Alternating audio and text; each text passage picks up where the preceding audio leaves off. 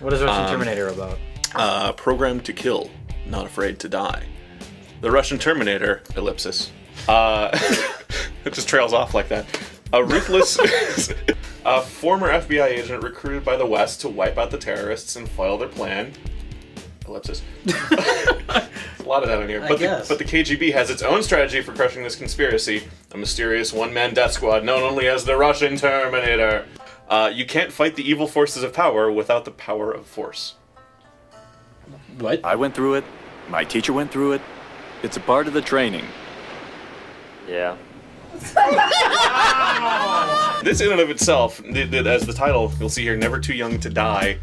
Okay, but then you flip over and you see who's actually in the film, and you will see John Stamos. Princess Carolyn, look! I met John Stamos! That is not John Stamos! Vanity, and also listed Gene Simmons. Yeah. I just got way more excited, but I just flipped over and saw how Gene Simmons looks in this movie. Yeah. The note that came attached with this said he plays a transsexual villain. Yeah. So. Yeah, Gene Simmons is wearing makeup and eyeshadow. Oh boy. All right, here we go. Action, Bond style. Beauty, Vanity style. Hero, American style. Hey, Princess Carolyn! John Stamos and I got our ears pierced. That is not your ear! So let's try and decipher Russian Terminator.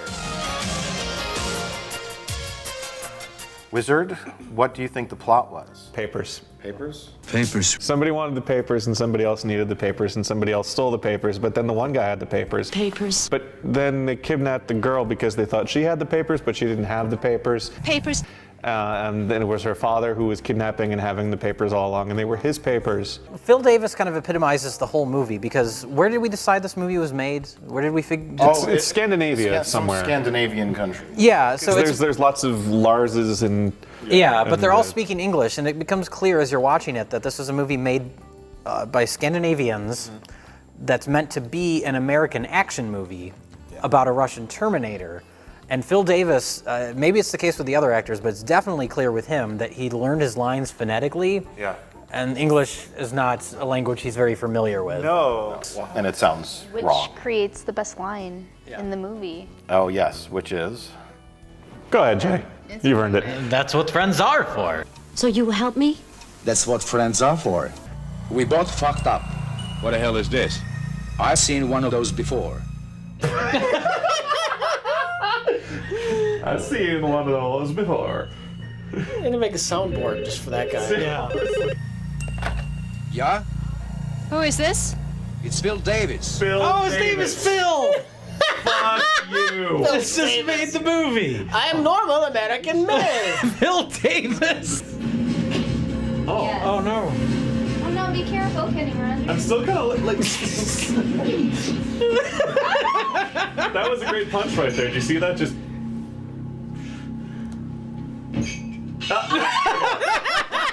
Oh no, he's confused. Yeah, what like, was all up with that? The Russian ninja. He slowly got away. He pulled the guy out of the helicopter and he awkwardly fell on the floor. It looks like they really filmed that, though, without any stunt work or cables or anything. They just like, hover the helicopter, I'll just climb up on it. Someone might get hurt. I don't know. It really looks like that. So I was like, hey, neat. You have a problem. You're gonna die. Oh yeah, that's the catchphrase, the action catchphrase. You got the problem. You're gonna die. You're gonna die.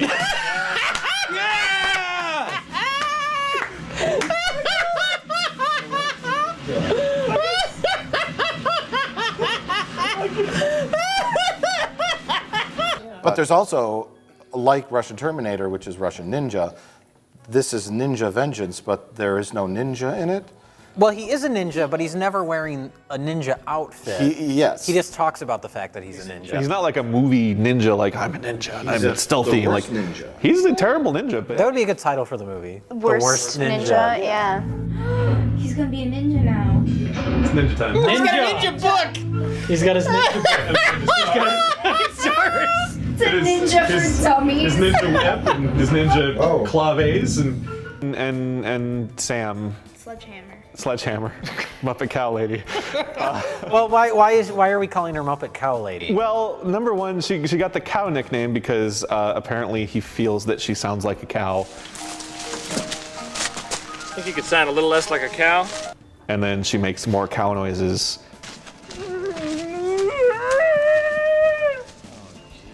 But the Muppet part is that every time she's moving at any sort of speed, her arms just sort of start flailing. They go out, and it just, like, even right at the beginning, she, like, at the very first scene, she's jogging, and she's just kind of, like, got this weird sort of gait. It's like, people don't jog like that. Is that a thing? But then she's running through the woods and just, and just as soon as we noticed it, it never stopped.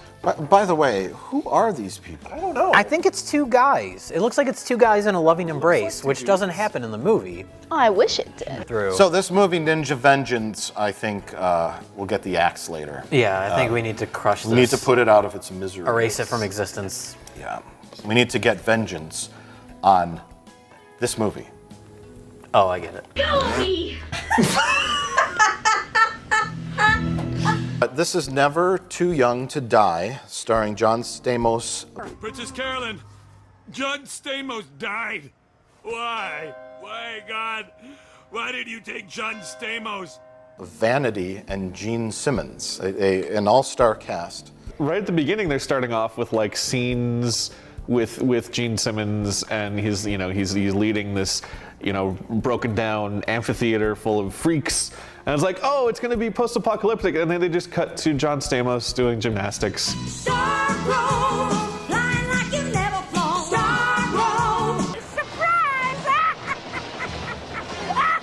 It's when you've taken John Stamos, generally speaking, is a fairly charming actor. Like that's what he's got going for him, and I didn't give a shit about, I was initially excited that it was going to be like, oh, it's going to be John Stamos, it's going to be like Stamos! He's going to be all Stamos and whatever, but he's just kind of there. He didn't go full Stamos. No.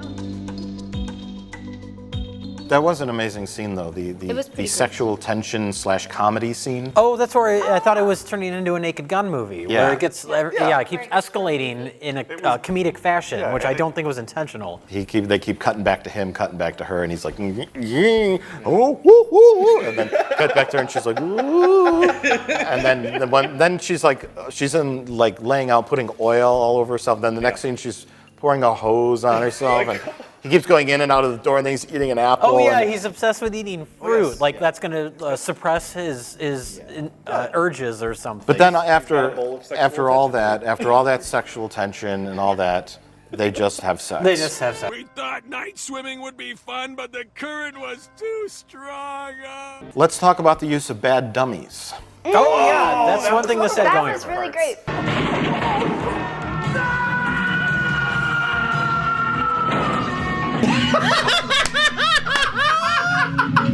All right. Yeah, no, I'm in. If I wasn't The editor saw that and said, you know what, let's just leave it in. Oh yeah, put that in the movie. There's nothing better than a bad dummy. Yeah. Over down, whatever dam it is. And so you're watching a dummy with, which is, the tallest dummy you've ever seen in your life, dressed in the, getup that. In a drag. It's a sort of drag, with like giant hair, and it's just like, and you're just sort of watching it just tumble, and just like. And it's banging. It's amazing, running into stuff. I'm and surprised it's not falling bouncing. apart. Yeah. That's where I think of like the prop department, because they have no emotional investment in the story or the movie. They're just like dressing up this dummy and thinking like, what are we doing?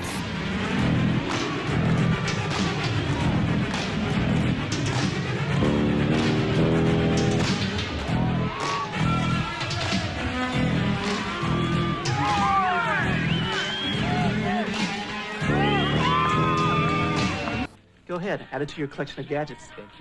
You're going to be sick because nobody's coming back here tonight. One thing that is really disappointing that I feel kind of lied to about is on the back here. There were explosions and there were chases, but there was no 1 against 100 bazooka battles.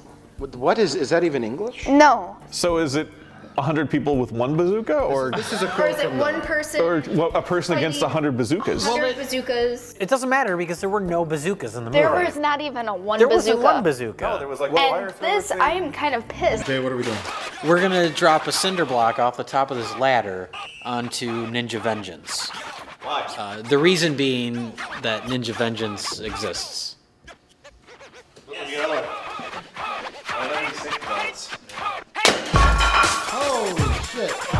more damage to the cinder block.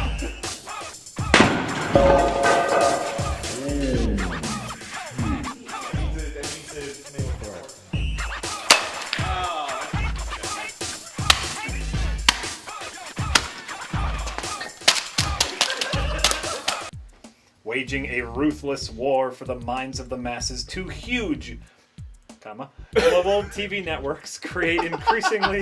Well, you have to pause when there's a comma. Huge. Global TV networks. They create increasingly bizarre and violent programming. And you might be asking yourself, what is the genre of the new Gladiators?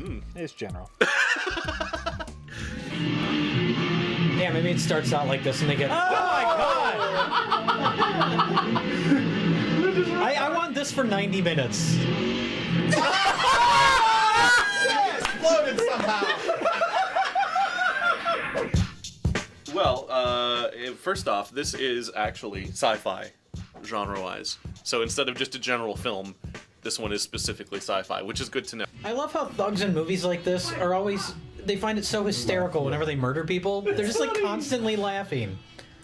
Oh my god! Oh, well. I've never found an old lady being shot so far. He's not gonna do anything clever ever, is he? He's just gonna walk up to people with a flamethrower and burn them. Also, how did he know they were there? It's so blatant, I love it. He just walks into frame. There's a dumb bluntness to it, yeah. Get that roller skate guy. Chasing the roller skate guy down with the dump truck. Oh, we'll watch. Oh! Straight up stealing ladies! So what's the third one, Jack? Is Aftermath. Oh. 3 astronauts. Okay, alright. Okay, cool. 3 astronauts. Yes. Return from deep space to discover that a worldwide biological and nuclear war has ravaged the Earth. I hate it when that happens. Yeah. Oh no! Oh, this is horrifying. Whoa!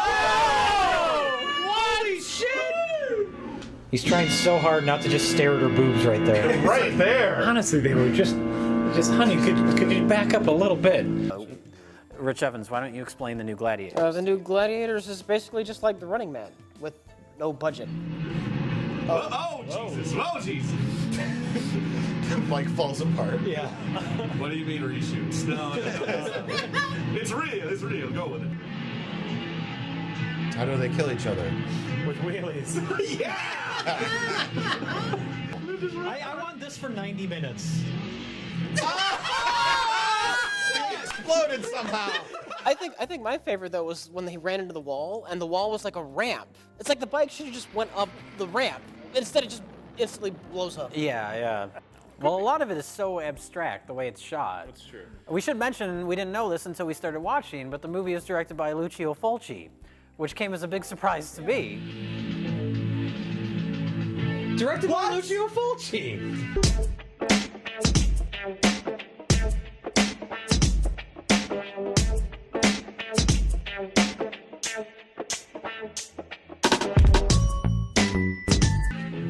Holy shit, okay. And then there's the subplot with some sort of intrigue about how there's a computer that's going to take over the world. All you want is these people battling in an arena, and you have to wait a goddamn hour for it to get to that. We do agree that they were masturbating in order to land the ship. Yeah, we should probably talk about that. Whenever they're landing the ship, people are like convulsing, but the camera is always so close on them, it just looks like somebody's just jerking it. Yeah. Landing. Yeah, like that's how you land your ship, is just by furiously masturbating. I'm gonna land it. I'm gonna land the ship. Oh, looks like she's working on landing that car. Uh-oh. Oh, slow down there, baby. It was... The simpler way to say this plot synopsis is a man starts murdering people with fire. Yes. I was going to get to that, buddy. Let me just get there. But that's the start of the movie. It starts with him murdering The very first someone. thing is him murdering people with a flamethrower. That's it. And those people murdered some elderly people. They did, and it was glorious. Oh, yeah. Yeah. Oh!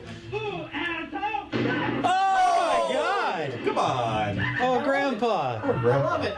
And then they murder some woman he just met. Yeah. And that makes him want to murder people with fire even more. Yeah. Basically, the whole thing is that he falls in love and he makes a friend, and those people die because of him. Everybody he cares about dies because he sets other people on fire.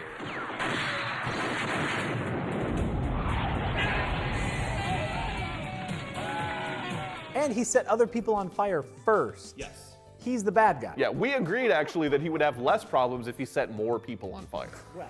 It's an all or nothing kind of thing. Either don't set anyone on fire, Or set all the people on fire. all the people. The only thing I can say with certainty is that we would have benefited more if he set more people on fire. Yes.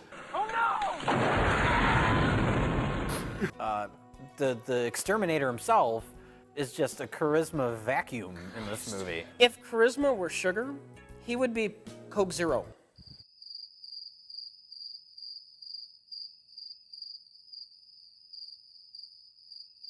Yeah, so the guy sucks. Yeah. And then the end, like the comeuppance of everything, it's like, what's the lesson he's learned? The lesson is to burn everyone before they burn you, and then walk away. Yeah, yeah. That's it. Yeah. Whoa, nunchucks? Kazadies. Touche. Also, breakdancing might happen at any time. Yeah. Breakdance fighting? Oh, it could be. Or See? I can't believe you just called that. That's amazing. Breakdancing just might happen. And then there it is. I would have rather watched a movie about his garbage truck driver friends picking up ladies Oh, at he clubs was and so going out for excited. breakfast. Like a whole movie about him. That would have been great. He should have been the exterminator. He should have been every character in the movie. He walks into the club and picks up 2 ladies, not even trying. Hey, my man. Don, I want you to meet 2 places. Sunlight and Sunbright. All right. Do you think their names were actually Starlight and Starbright, or are those phony names that they gave to the weird middle-aged black man that was hitting on them? Oh, come on, it's all about these. Can we also talk about how they go to the best bar ever? Well, they have free beer at that bar. Just free beer. Just free beer. It's advertised. Yeah. Like it's not even a secret. It's just free beer. And some dudes. That's how you know it's the post-apocalypse. No bras and slightly disheveled ties. Oh, so, real quick sidebar on that. Her name came up in the credits, Lynn Margulies, and I was like, that name sounds familiar. And I went and looked. She is the woman who was Andy Kaufman's girlfriend in the last few years of his life. Yeah. The Courtney Love role in Man on the Moon. That's her. Do you think this movie was an Andy Kaufman prank?